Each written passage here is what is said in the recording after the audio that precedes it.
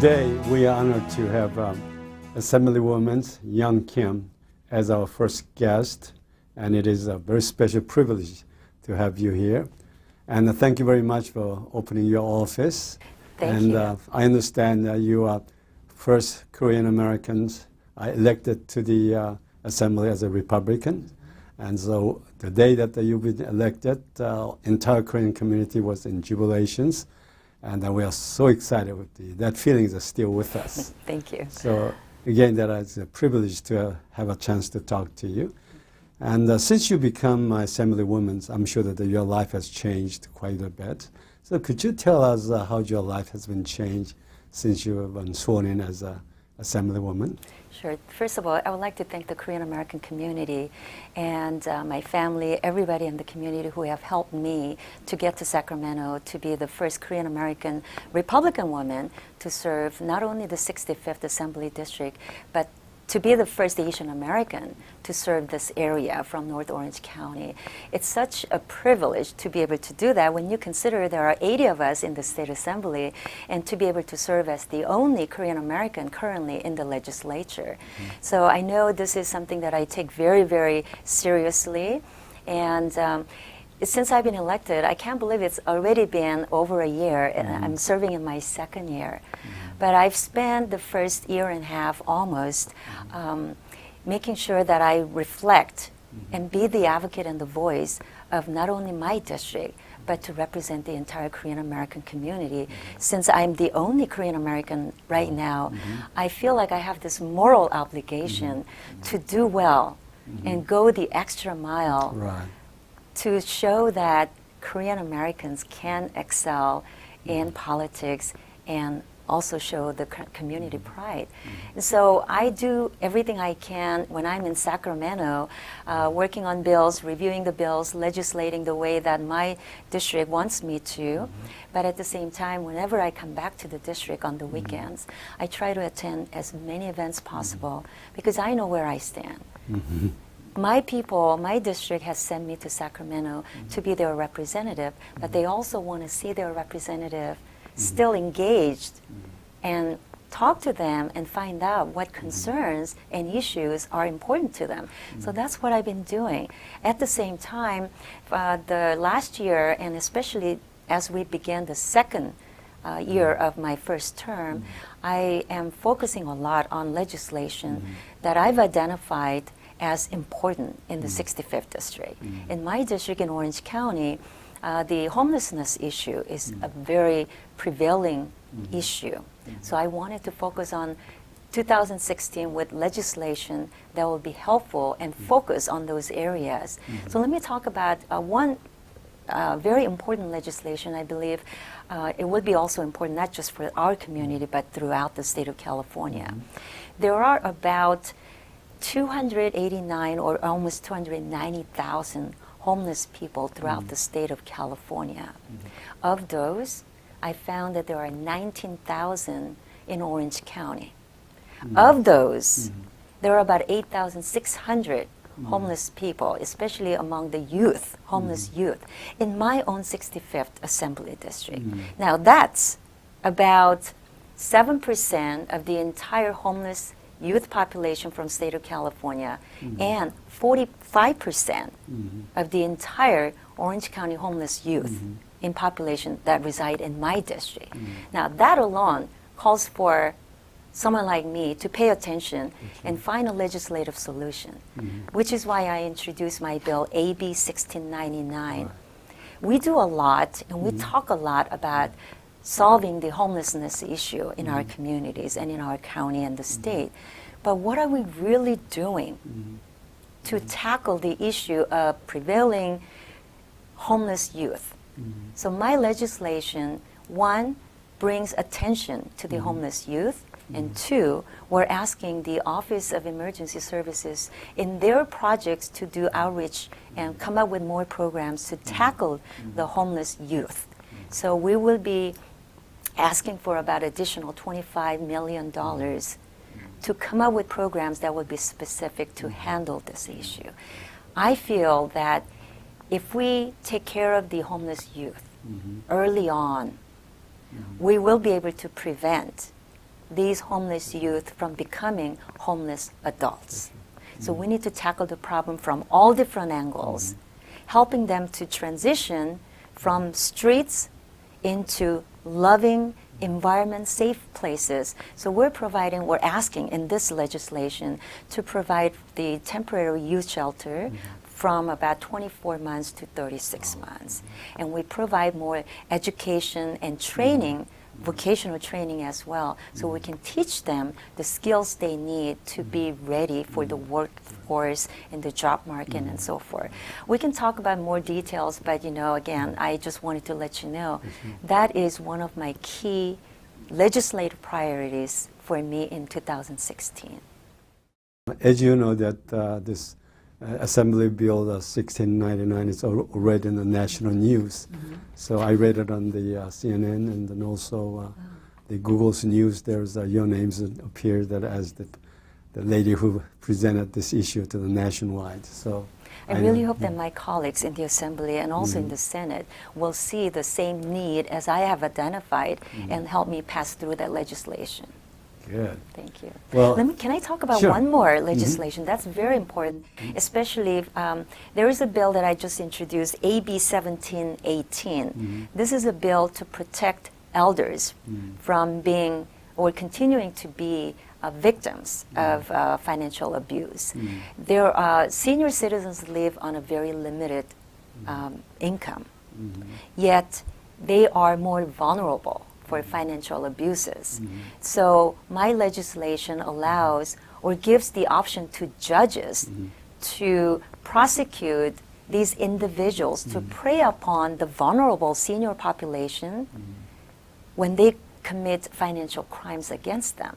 So instead of making it a simple misdemeanor and just putting them into county jails, which is already overcrowded because of AB 109 anyway, I want the judges to have the option to send them directly to state prisons. What it does is it gives the strong message, don't mess with our vulnerable senior population and fraud them financially. So hopefully this will be helpful and also protect our elderly senior population as well. Well, as you know, the getting involved in politics is not ordinary thing. That we talk about the politics in government, and some good, some bad and ugly. But as you, a first-generation Korean American, getting involved in politics is an extraordinary thing. We'd like to know what motivated you to get involved in politics and what drives you right now. Well, I'll be honest. When I was much younger, in junior high, high school, and thinking about going to college, my parents encouraged me, and those around my parents and their parents' generation encouraged me to pursue a career path, either in business, law, medicine. As you know, those are a career path that is very safe and it may provide you with financial stability. And that's common, that we hear that all the time. And I did study business with emphasis in accounting at USC, and I did my undergrad there. And I pursued the career path in business, serving as a financial analyst, working as a controller for a manufacturing firm. So I did that for a while. But in early 1990s, my husband, who is also well known in the Korean community, very active, he introduced me to then State Senator Ed Royce. That was the beginning of my introduction to political lifestyle. I worked for him in the State Senate for about a couple of years, and in 1992, Ed Royce ran and won a congressional seat. So I transitioned with him and continued to work with Congressman Ed Royce, handling the issues in the district as well as assisting his work, who was serving in the Foreign Affairs Committee.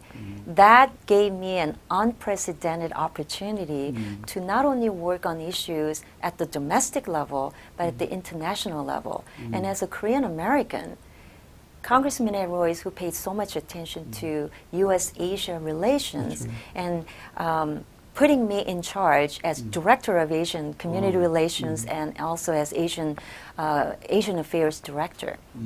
it allowed me an opportunity to work on issues, since I'm Korean American and a proud Asian American, many issues that define U.S.-Asia relations. And also he was the chairman of the U.S.-Korea Interparliamentary Exchange, and I was named the interlocutor, actually, to help coordinate and moderate the activities of the United States Congress and Republic of Korea's National Assembly. So it was a reciprocating legislative activities where the two parties will come together annually discussing issues that define U.S.-Korea, U.S.-Asia issues. And that's when I got the opportunity to understand more about my homeland, Korea, more about Asian countries like Taiwan, China, Japan, Vietnam, Cambodia, all those issues. And that really helped me to prepare me for my position today, let's put it that way. Yeah. 20-some years ago, when I started working with Congressman Ed Royce, I had no idea that one day I would be running for an office and serve in the elected position as I am doing today. But the over 2 decades of service, working alongside with Congressman Ed Royce, being his key liaison to the communities, gave me an opportunity to understand the community issues, as well as already having the opportunity to network with community leadership, the political leadership, and understanding what organizations are out there. So when it was time in 2012, this area, which is considered to be a very conservative area in Orange County, we had lost the 65th Assembly seat to a Democrat. And what that did was, it allowed the Democratic Party to have 2/3 supermajority. Oh, that's right. Regardless of what party you belong to, we all noticed and understood at the time, one-party dominance is bad for all Californians. One-party dominance produces bad policy coming out of Sacramento. So at the time, the mandate for me was to run, win, get the seat back, and put it back on the R column, so that we can break the 2/3 supermajority and bring some balance in how we legislate in Sacramento. So I did, with the encouragement of my former boss, Congressman Ed Royce, as well as my husband, Charles Kim, a former KAC national president, who is very politically savvy. He sat down and explained how 65th Assembly District is very much the entire communities of 65th, Fullerton, Buena Park, La Palma, Cypress, Stanton, West Anaheim. These are the areas where I had the pleasure of representing while I was working with Congressman Ed Royce. He said, "This is yours, go for it." You know, in Korean tradition, in our culture, we have a game called Ghost Stop, right? When you play Ghost Stop, right, you take risk and you go, right? So, 못 먹어도 go. So he said, "Go for it, this is your seat, we will be behind you." And my 4 adult children, they all told me, "Mom, what took you so long? It's about time, what took you so long?"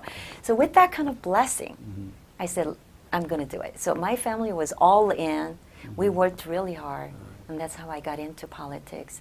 And it's been such a privilege and honor to do what I do. And I realized quickly that it's not just 65th Assembly District and the constituency that I have the pleasure of representing. We have about 500,000 people in this district. But I always feel like I have 2 districts that I represent.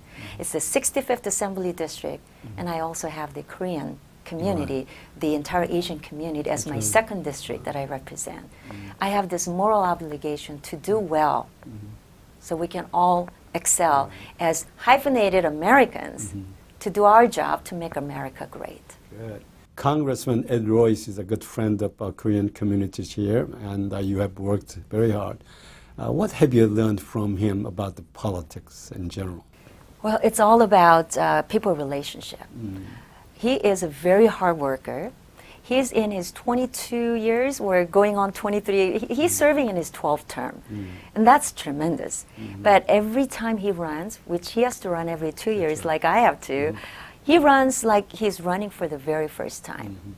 The tenacity, the persistence, the hard work That ethics I have learned from him. And that's exactly what I'm employing in my position as State Assembly member. And I will continue to do that. Right. You know, we come back to the district on the weekends. It is not unusual for me to attend 5, 6, 7 different events a day or in any given weekends. But I feel like I'm a little Energizer Bunny, and I call Congressman Roy's Energizer Bunny. We call each other Energizer Bunny. But you know, that persistence, the dedication, wanting to make a difference in our community, that's what I learned from Congressman Roy. Well, you know, now it's your turn. There are many young Asians, young peoples, and they're looking at you as a role models, and that someday that they're going to ask you, and that they would like to hear from you. Right. And what would you like to tell the young Asians who are interested in going into the politics? Get involved. Stay engaged early on. Even if you're in high school, you can make a difference. One of the things that I really love to do is speak to the youth, young groups, go to leadership conferences and have the opportunity to have a dialogue with them one-on-one. So they can see through me that if young, I'm young, forever young, if a young person like me can do this, they can certainly do this. I am an immigrant from South Korea. I came here probably much older, even though I was in my teenagers. I was not born here. I'm looking at younger generation who was born and raised. My 4 children were born and raised in the United States. Unfortunately, many of them become disenfranchised in the political system. And my generation especially, we were encouraged by our parents' generation to not pursue politics because it was somehow, politics was somehow considered Nice a very world. bad thing to do. But again, it's not the case. If you look at it, everything that we do, the relationship between man and woman, husband and wife, relationship between friends, anything that we do in our lives is politics. We can't stay away from it. Therefore, stay engaged, make a difference, and if you want to make a difference, you have to stay engaged in, I guess, in an area, in the field where you can make a difference. Legislators, our job is to make decisions, we introduce bills, we pass bills. It will have a lasting impact. This is where you need to get involved. Right. This, of course, because you are Asian American, a woman, and wife and mother, and also church members, and you maintain your faith. How it is to maintain your Christian faith in front of public affairs, public forums such as the assembly floor? And they'll be difficult, and do you have any problems with that? And how do you present yourself as a Christian?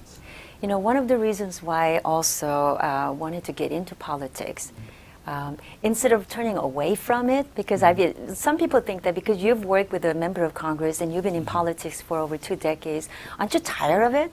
Well, because I've been around for long, I've seen what it can do. Yes, I've seen my times of disappointment and, you know, I've been disenfranchised at times, but you know what, I realize unless I stay engaged and want to make a difference, as I was just telling you before, we're not going to get it done.